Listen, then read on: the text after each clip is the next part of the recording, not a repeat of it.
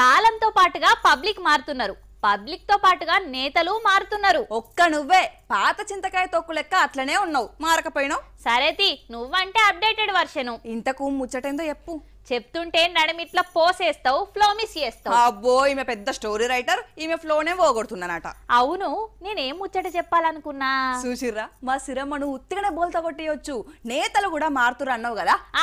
గుర్తొచ్చింది. నేతలతో పాటుగా ప్రచారం స్టైల్ కూడా మార్చేసిరు బుజ్జి. అంటే ప్రచారం మొత్తానికే బంద్ పెట్టి ఇంట్లో కూర్చుంటున్నారా? కాదు, పబ్లిక్ ను దోలాడుకుంటా పోతురు గట్లా.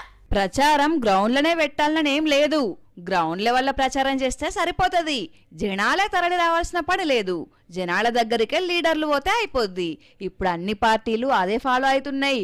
మీటింగులు పెట్టాలంటే పర్మిషన్లు కావాలి, జనాల బతిమలాడాలి, బిర్యానీలు, నీళ్లు, నిప్పులు, రాణుపోను ఖర్చులు, బస్సులు, డీసీఎంలు మాట్లాడాలి. వాళ్ళని ఎక్కించుకుపోయి మళ్ళా భద్రంగా దించిపోవాలి. అన్ని భరించి మీటింగుల బల్మీటికి కూర్చోబెట్టి ఉపన్యాసం ఇయ్యాలి.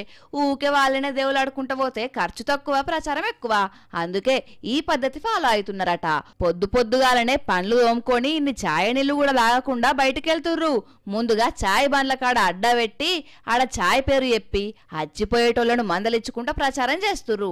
అటు నుంచి వాకింగ్ పేరు చెప్పి గ్రౌండ్లలో రుక్కుంటా వాకర్స్ తోటి మాట మాట కలుపుతుర్రు. ఇక ఆడ మంది పలసగా కాగానే సీదా ఊర్ల పొంటి ఉపాధి పనులు చేసుకునే కూలీల కాడికి పోతుర్రు. ఎండాకాలం పూట జనమంతా ఉపాధి పనుల బిజీగా ఉంటారని తెలుసు కదా. ఆడికి పోయి ఇగో ఇట్లా వాళ్ళ పని పాత్ర పెట్టి ఇలా జాతర మొదలు పెడుతున్నారు. మరి ఇది ఎన్నికల కోడ్ ఉల్లంఘన అని తెలిసినా కూడా చర్యలు ఏం తీసుకుంటలేరు కాబట్టి ఇదే నిమ్మలమని ఫీల్ అయితట్టున్నారు లీడర్లు. మీటింగులు పెట్టి జనాలను బతిమలాడి ఖర్చులు, మైక్ సెట్లు, జెండాలు, జేజేలు ఏ ఆరాటం లేకుండా ఇట్లా ప్రజల వద్దకే ప్రచారం ప్లాన్ చేస్తుర్రు.